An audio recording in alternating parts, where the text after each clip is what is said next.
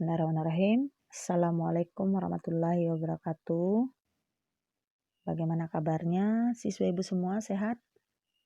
Mudah-mudahan kita semua sehat selalu dan terlindung dari virus COVID-19. Amin. Baik, hari ini kita belajar sejarah yang dipandu langsung oleh ibu sendiri, yaitu Bu Wiwit Oktaviani. Sudah ada yang kenal dengan ibu? Jika belum, sekilas ibu akan memperkenalkan diri. Nama ibu Bu Wiwit Oktaviani. Biasanya dipanggil Bu Wit. Jadi jika ke kantor panggilnya Bu Wit, bukan Bu Sejarah. Ibu sudah menikah dan alamat ibu di Kampung Tengah, Padang Bintungan, Kecamatan Nasawaris. Cukup? Nanti jika ada pertanyaan silakan kontak ibu. Nah, pada pembelajaran kali ini kita masuk KD pertama kita, yaitu memahami konsep dasar sejarah. Di antaranya berpikir kronologi, diakronik, sinkronik, ruang dan waktu, serta perubahan dan berkelanjutan. KD keterampilannya yaitu menyajikan hasil pemahaman tentang konsep dasar sejarah, diantaranya berpikir kronologi dan seterusnya. Adapun tujuan pembelajaran, maksudnya di sini bagian yang penting yang harus kamu kuasai setelah mempelajari KD ini. Yang pertama, kamu mampu mendefinisikan sejarah, kronologi, diakronik, sinkronik, perubahan dan berkelanjutan. Kemudian kedua, kamu mampu menjelaskan keterkaitan antara manusia, ruang, dan waktu. Kemudian kamu harus mampu membuat latihan tentang diakronik dan sinkronis. Kemudian kamu harus mampu membuat latihan tentang manusia, ruang, dan waktu, dan seterusnya. Oke, kita masuk materi, yaitu berpikir sejarah. Poin pertamanya adalah definisi sejarah. Nah, dapat kita baca, sejarah adalah peristiwa atau kejadian di masa lalu yang disusun berdasarkan fakta, bersifat unik, penting, dan abadi. Jadi sejarah itu kejadian di masa lalu berdasarkan fakta, memiliki sifat unik, penting, dan abadi. Nah, sekarang timbul pertanyaan, apakah setiap peristiwa di masa lalu dapat dikatakan sejarah? Jawabannya adalah tidak ya. Jadi tidak semua peristiwa atau kejadian di masa lalu dapat dikatakan sejarah. Karena tidak semua kejadian di masa lalu memiliki sifat unik, penting, dan abadi. Kalau begitu apa itu penting? Apa itu unik? Apa itu abadi? Unik maksudnya di sini, kejadian atau peristiwa itu hanya terjadi satu kali, tidak dua kali atau seterusnya, atau tidak terulang kembali. Penting maksudnya di sini adalah peristiwa atau kejadian tersebut memiliki makna sosial atau bermanfaat bagi banyak orang. Dan abadi maksudnya di sini peristiwa atau kejadian tersebut dapat diingat atau dapat dikenang sepanjang masa. Maksudnya dari generasi ke generasi berikutnya orang ingat. Oke, contoh Proklamasi Kemerdekaan Indonesia pada 17 Agustus 1945. Nah, peristiwa Proklamasi Kemerdekaan Indonesia dapat dikatakan sejarah karena sudah memiliki sifat unik, penting, dan abadi. Mana uniknya? Peristiwa proklamasi hanya terjadi satu kali. Jadi, apakah kita dua kali proklamasi? 3 kali? Atau seterusnya? Tidak ya. Jadi kita hanya satu kali proklamasi. Penting. Maksudnya di sini, peristiwa proklamasi sangat bermakna dan penting bagi bangsa Indonesia. Karena dengan proklamasi bangsa Indonesia bebas dari penjajahan. Coba bayangkan jika kita masih dijajah oleh Belanda atau Jepang. Nah, Ibu tidak yakin kita bisa menggunakan seragam sekolah. Kebetulan corona kita juga tak pakai seragam sekolah. Nah, berarti ini penjajahan corona ya. Oke, kita lanjut. Jadi maksudnya di sini, pada masa penjajahan, pendidikan itu hanya terbatas pada golongan tertentu. Nah, diantaranya yaitu anak priai, anak bupati, anak bangsawan lainnya. Jadi kita tidak semua kita bisa bersekolah di masa penjajahan. pendidikan hanya terbatas pada mereka yang golongan bangsawan. Oke, kita lanjut.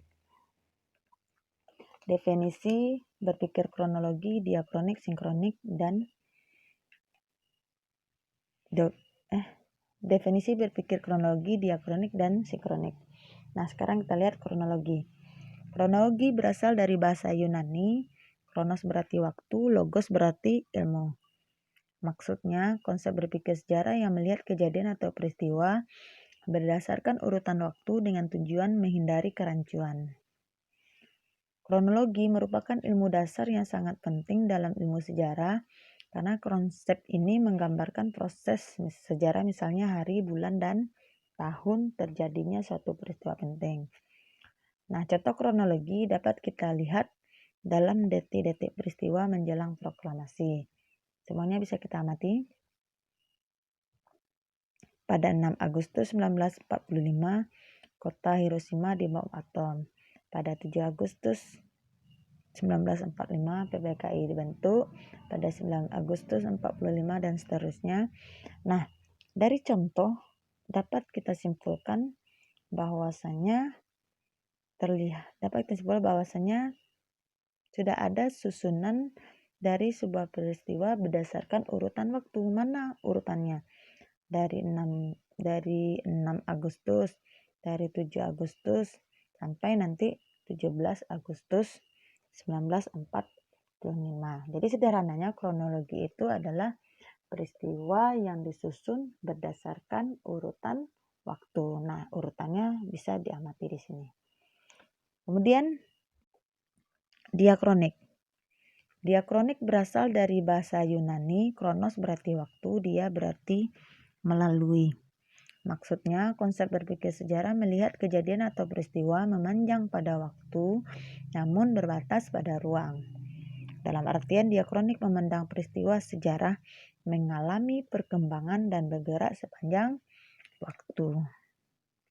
Nah, contohnya di sini adalah penjajahan bangsa Belanda pada tahun 1602 sampai 1942. Dari contoh dapat kita amati bahwasannya ada patokan waktu dimulai dari dan ke. Nah, mana darinya? Darinya di sini adalah 1602 dan ke-nya di sini adalah 1942. Nah, sepanjang waktu dari 1602 1942 kita mau lihat bagaimana perkembangan penjajahan Belanda selama waktu tersebut.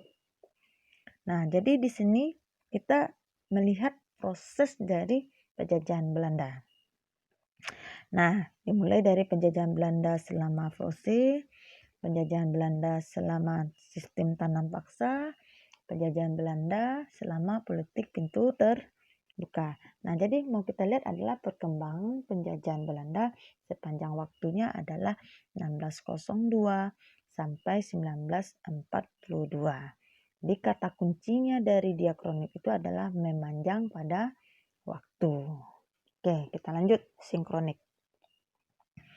Sinkronik berasal dari bahasa Yunani, kronos berarti waktu, sin berarti dengan. Maksudnya, konsep berpikir melihat gejala memanjang pada ruang, berbatas pada waktu. Berpikir sinkronik menuntut kita untuk menerangkan suatu peristiwa secara mendalam yang dikaji dari segi misalnya politik, ekonomi, dan sosial budaya. Nah, contoh di sini adalah pemberontakan G30 SPKI 1965. Nah, G itu gerakan 30 September PKI 1965. Nah, pada contoh dapat kita amati adanya patokan waktu tertentu di sini yaitu 1965. Berarti waktunya tunggal. Sementara di diakronik waktunya ada dari dan ke.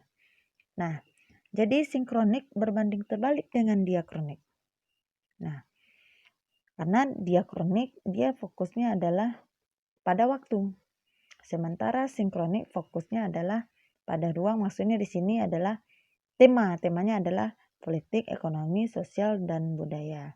Jadi kalau kita kembali ke contoh, Pemberontakan G30 SPKI 1965, batasan waktu yang dimaksud adalah 1965. Sementara ruang yang dimaksud adalah pemberontakan. Nah, di sana mau kita lihat memanjang kita pada ruang, berdalam kita pada ruang, itu pemberontakan. Oke, kita lanjut. Manusia, ruang, dan waktu dalam sejarah. Manusia sebagai aktor atau pelaku tidak lepas dari waktu dan ruang. Jadi antara manusia, ruang, dan waktu itu saling keterkaitan dan tidak bisa lepas satu sama lain.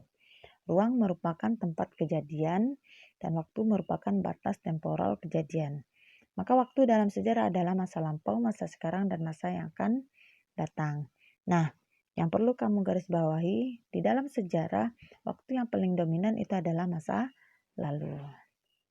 Oke, kemudian periodisasi. Periodisasi adalah pembabakan waktu dalam sejarah. Periode berarti babak ya. Nah, kalau di sini ada contohnya masa praksara. Nah, masa praksara berarti zaman awalnya manusia ada, atau zaman di masa purba belum mengenal aksara atau belum mengenal tulisan. Masa Hindu-Buddha itu mulai dari masa masuknya Hindu-Buddha itu sekitar abad keempat, dan nanti berakhir nanti pada masa Islam yaitu abad ke-13. Kemudian masa Islam dan lain-lain itu adalah contoh dari periodisasi atau pembabakan waktu. Kemudian perubahan dan berkelanjutan. Perubahan merupakan peristiwa atau kejadian yang terjadi Perubahan merupakan peristiwa atau kejadian yang dapat membentuk perbedaan. Contoh peristiwa reformasi 1998 yang dapat menampilkan perbedaan di mana masyarakat bebas berpolitik dengan ikut pemilihan umum secara langsung dan diikuti banyak partai yang sebelumnya tidak demikian, tepatnya di zaman Soeharto. Maksudnya di sini perubahan itu menampilkan perbedaan. Nah, pada zaman reformasi orang bebas berpolitik. Sementara sebelum reformasi orang tidak bebas berpolitik. Jadi jelas perbedaannya.